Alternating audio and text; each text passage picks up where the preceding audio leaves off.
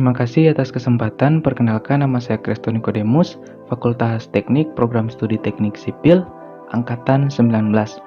Untuk kali ini saya akan membahas tentang pondasi tiang pancang. Pondasi dalam dapat digunakan untuk mentransfer beban ke lapisan yang lebih dalam untuk mencapai kedalaman yang tertentu sampai didapat jenis tanah yang mendukung daya beban struktur bangunan sehingga jenis tanah yang tidak cocok di dekat permukaan tanah dapat dihindari. Pondasi dalam adalah pondasi yang didirikan permukaan tanah dengan kedalaman tertentu di mana daya dukung dasar pondasi dipengaruhi oleh beban struktural dan kondisi permukaan tanah.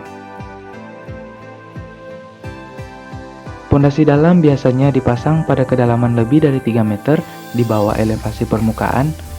Pondasi dalam dapat dijumpai dalam bentuk pondasi tiang pancang, dinding pancang, dan caissons atau pondasi kompensasi. Pondasi tiang pancang adalah salah satu pondasi dalam yang biasanya terbuat dari beton murni, baja, bahkan kayu. Peran pondasi tiang pancang dalam adalah untuk membuat bangunan lebih kukuh karena mampu menyalurkan beban konstruksi ke bagian tanah paling dalam sehingga lebih stabil.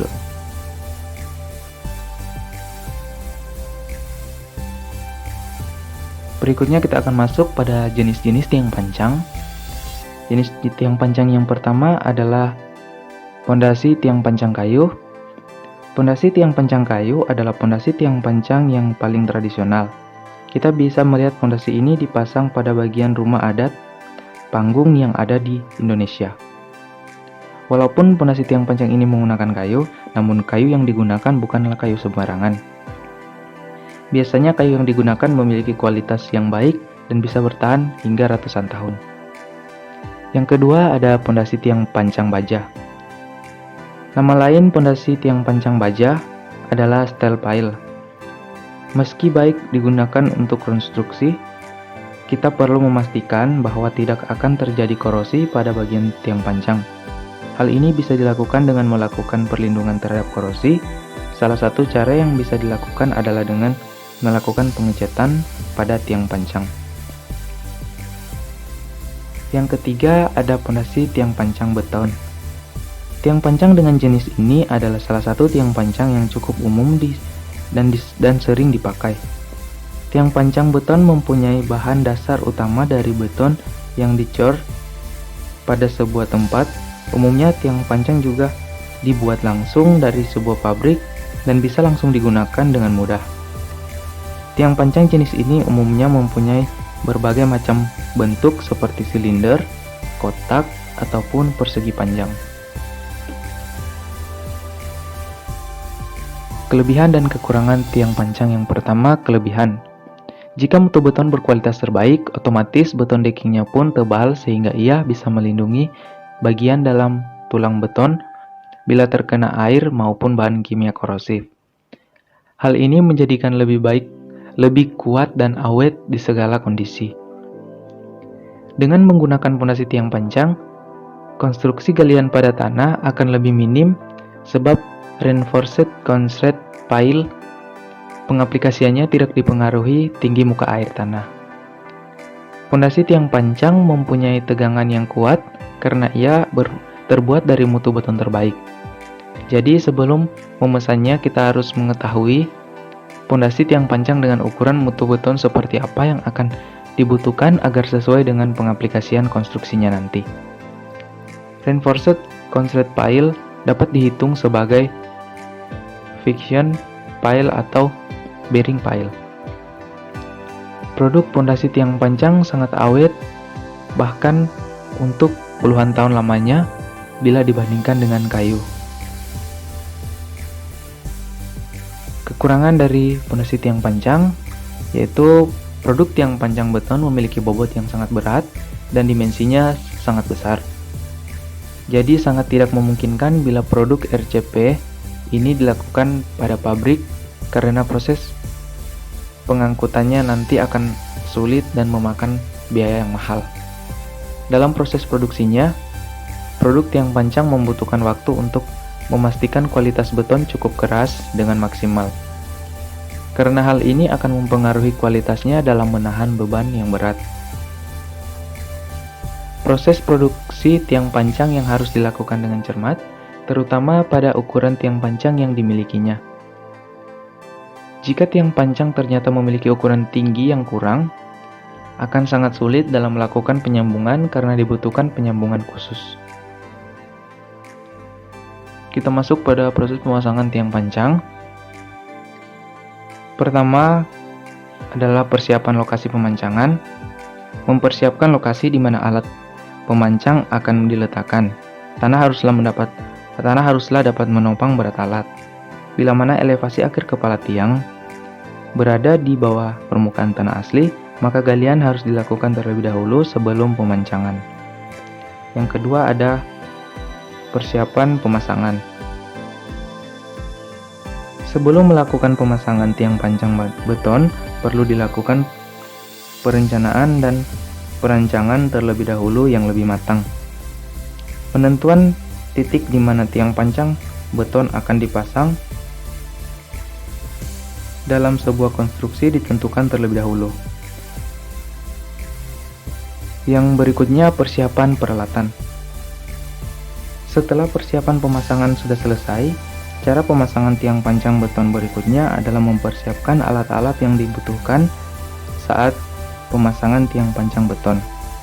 Persiapan alat-alat pemasangan didasarkan atas kebutuhan dari proses pemasangan tiang pancang beton yang akan dilakukan. Selanjutnya, pendirian tiang pancang. Cara pemasangan tiang pancang beton berikutnya adalah pendirian tiang pancang beton. Dengan menggunakan bantuan kren, tiang pancang didirikan dan dipasang pada diesel hammer.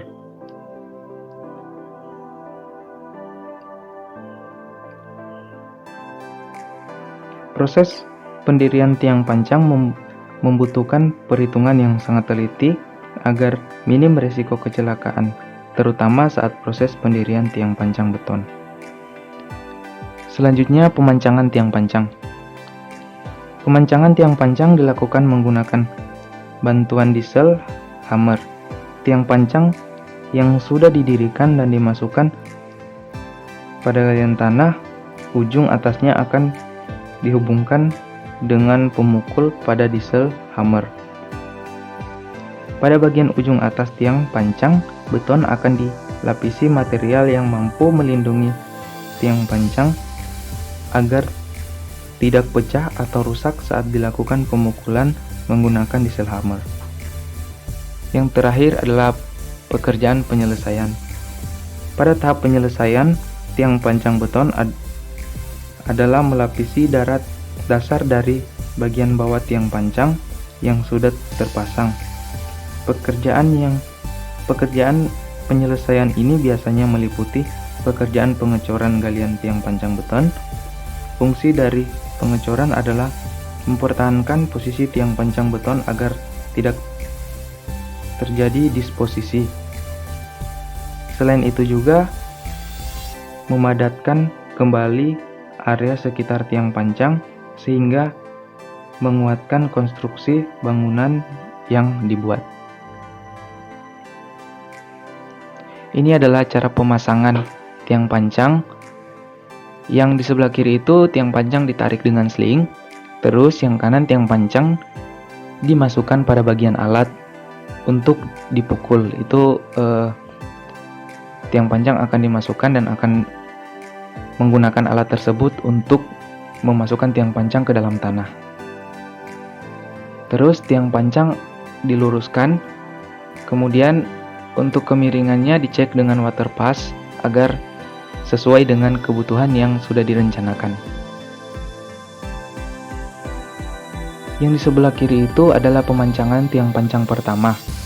Terus yang di sebelah kanan itu bila tiang pancang pertama yang dimasukkan masih belum mencapai tujuan dari atau kedalaman tiang pancang yang sudah ditentukan, maka harus dilakukan penyambungan tiang pancang. Ini contoh gambar tiang pancang. Kita masuk pada contoh soal. Di sini contoh soalnya sebuah tiang panjang beton dengan panjang L 8 meter. Ukuran penampang tiang panjang tersebut 460 mm kali 460 mm. Tiang tertanam penuh ke dalam pasir dengan data pasir gamma 18,6 kN per meter kubik dan sudut gesernya 30 derajat. Hitung beban ultimate KP dengan menggunakan metode Meyer-Wolf. Untuk penyelesaiannya kita akan mencari KP. KP adalah AP kali Q aksen kali NQ sama dengan AP kali gamma kali L kali NQ. Setelah kita ketahui NQ-nya adalah 55, maka kita memasukkan angka-angka tersebut pada rumus, yaitu 0,46 kali 0,46 kali 18,6 kali 8 kali 55.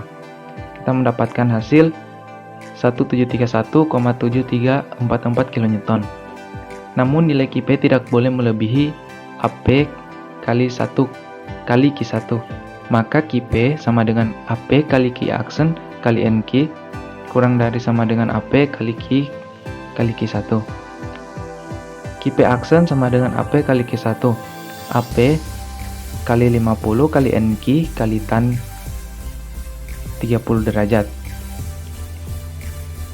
Kita tinggal memasukkan angka-angkanya yang tadi dan didapatkan hasil 335,960 kN.